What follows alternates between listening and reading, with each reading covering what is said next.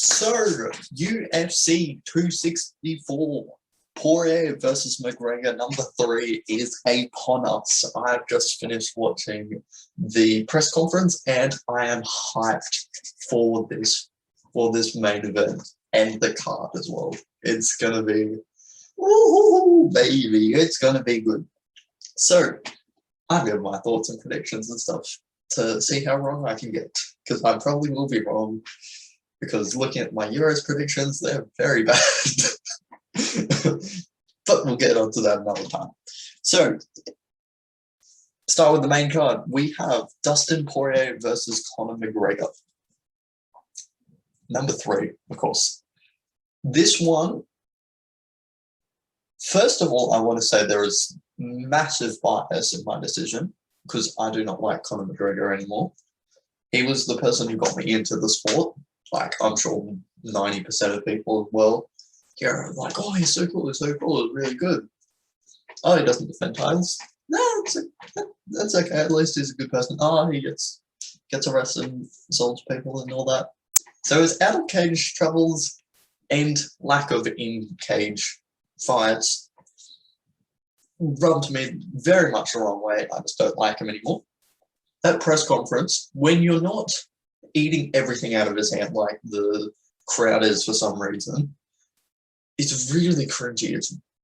I'm very bitter towards him. This is very biased. But his voice where he's like, you nothing, you do nothing. So, one of my favorite lines from the press conference.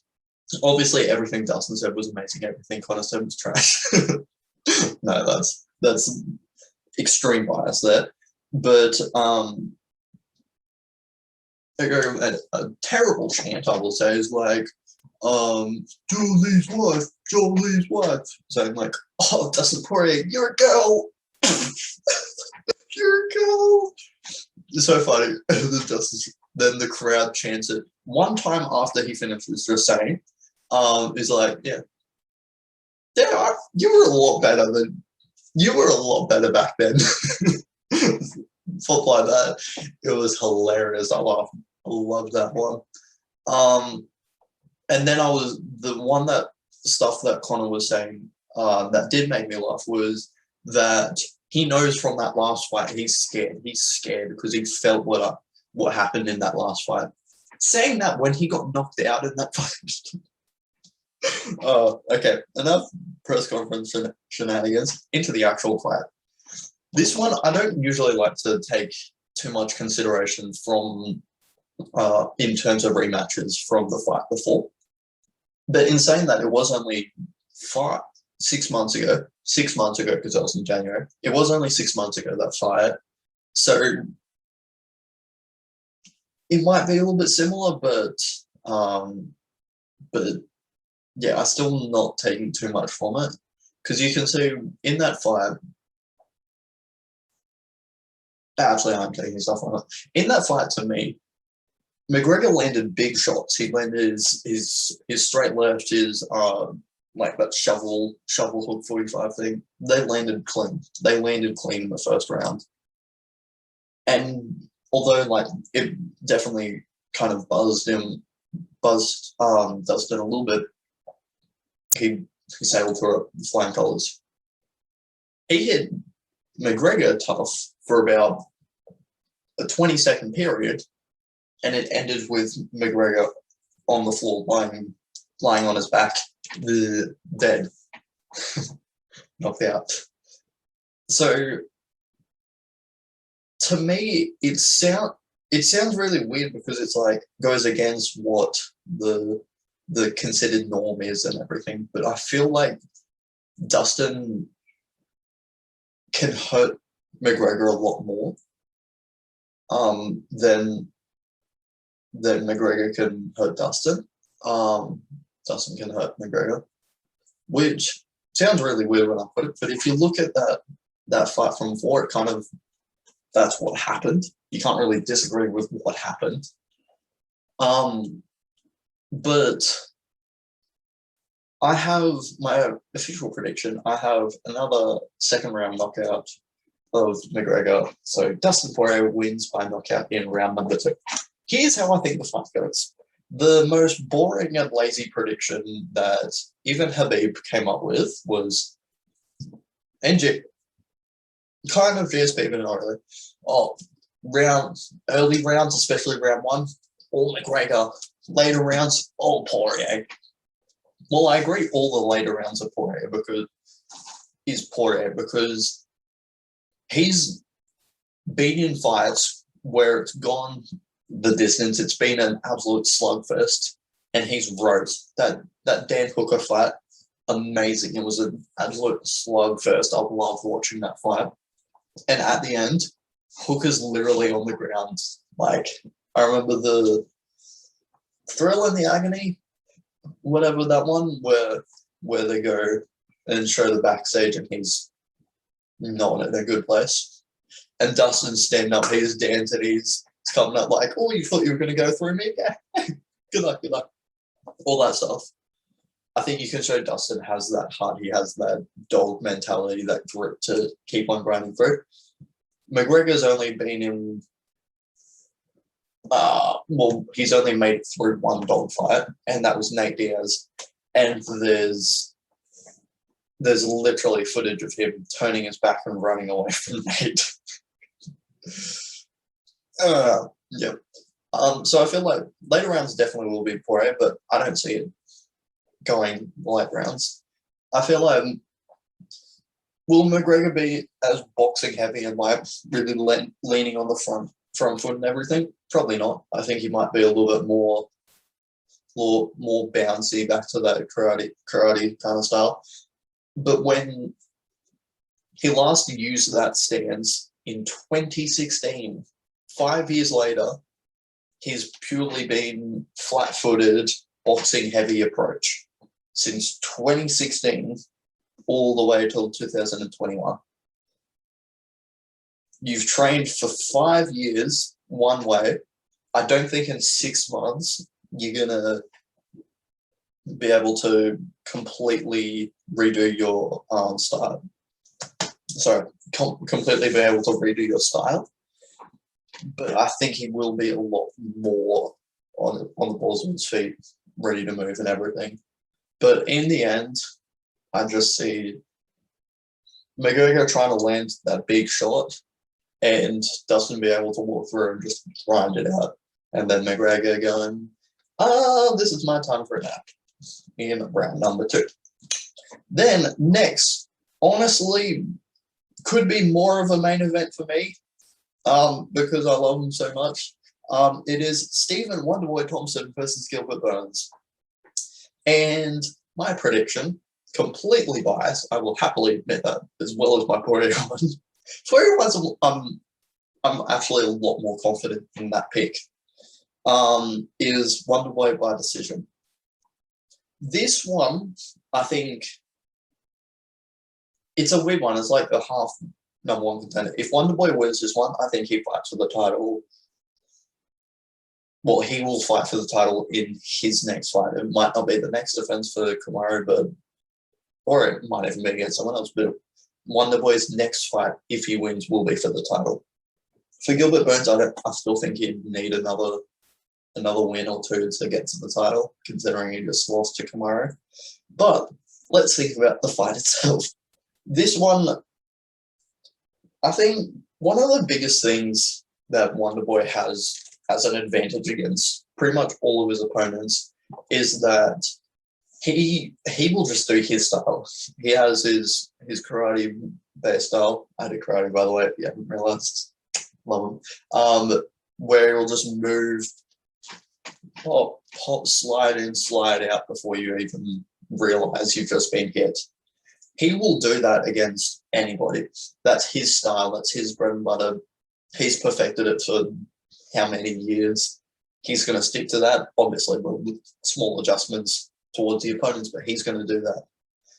All of his opponents need to go, okay, damn, he's going to be doing that. What do I need to change about my style to do that? Already he starts a step above everyone, I feel like. So Gilbert Burns, obviously, is going to be watching the embedded one as well. I think they know it. going to be a lot based on movement. You're going to be chasing him all night long, and it's down to can you catch him? Can you catch him figuratively and literally? And I just don't see it as much.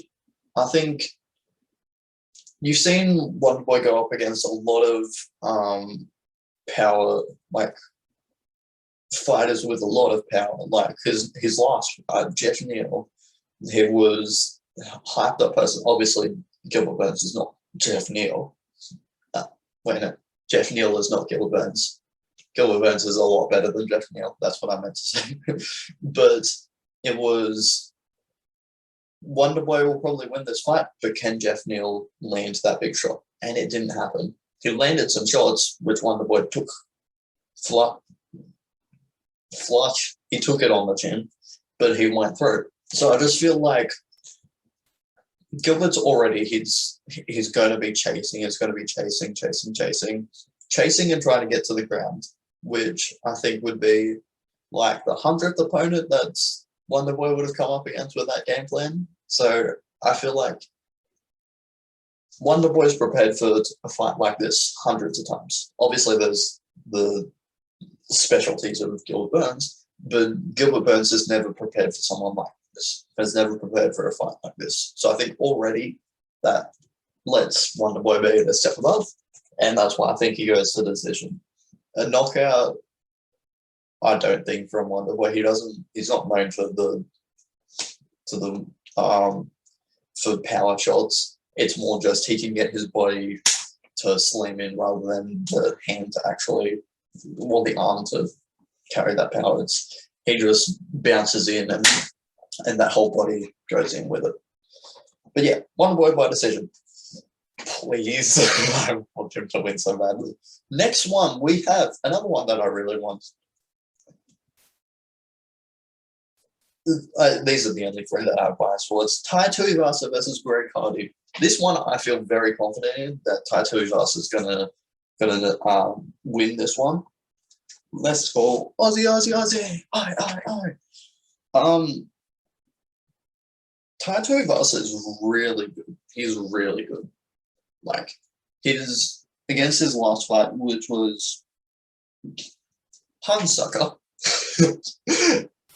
He was incredible. The leg kicks are disgusting, and then the hands, the knockout powers.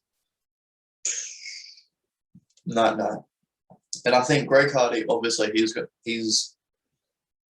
I hope he's been real much working on his wrestling, jiu-jitsu, the other side of it, as much as Tai Tuivasa has as well on that side.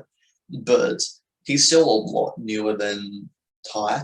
So I feel like this is where the level of Greg Hardy will kind of even out for, because he's very new to the sport still in comparison to the other guys. He's never going to beat a Volkov or a Cyril Gahn or a Francis Ngannou. That's never going to happen. If that's going to happen, it's going to happen by absolute fluke. I think this is a level where it's going to be where there's still a chance he could win, but it's not going to happen. I have Tai Tuivasa knocking him out in the first round. Tai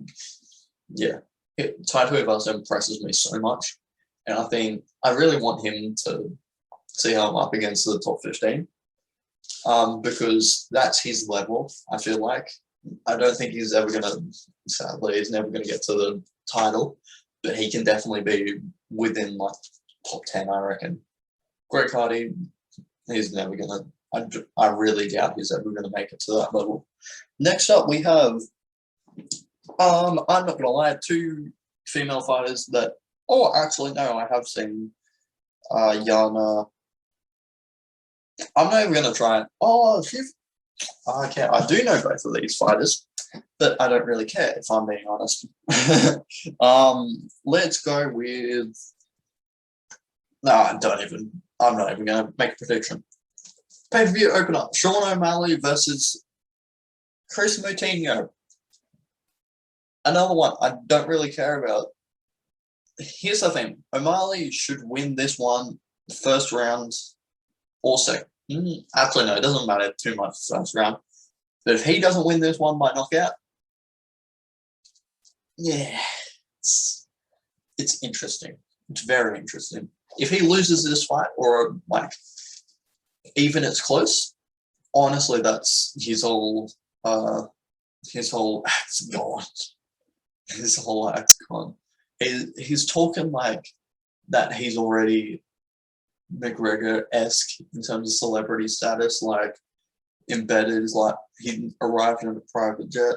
The way he talks is so boring to me. I don't really get the appeal of him. His fighting style, I love watching him. He's very entertaining.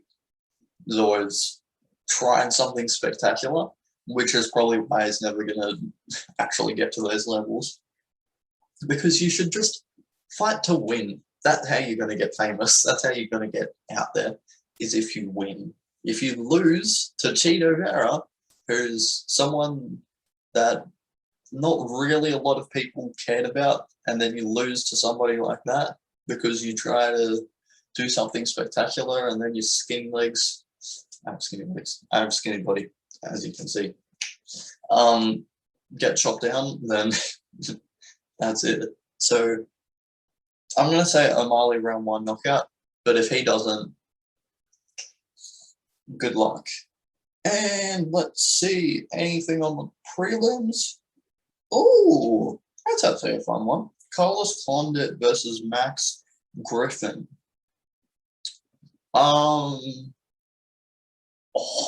Let's go with Carlos Condit because he's pretty cool. Next one, which should be really fun. Nico Price versus Michel Pereira. That one should be a really fun fight. Purely because Nico Price goes through war. He will happily take 5 shots to the dome to land one of his own. Which is why it's not going to win a title anytime soon, but he's really fun to watch. Michel Pereira, he's the one who will do a backflip to land on you to try and hurt you. It's very entertaining. So that one I actually will watch. Then you have Ryan Hall as well. Hopefully he wins. I don't know. Against some other dude. And then, yeah. Fight across prelims. Oh, Brad Tavares is here. But yeah, whatever. Those are my predictions. This is very rambly, and that's exactly how I like it. So,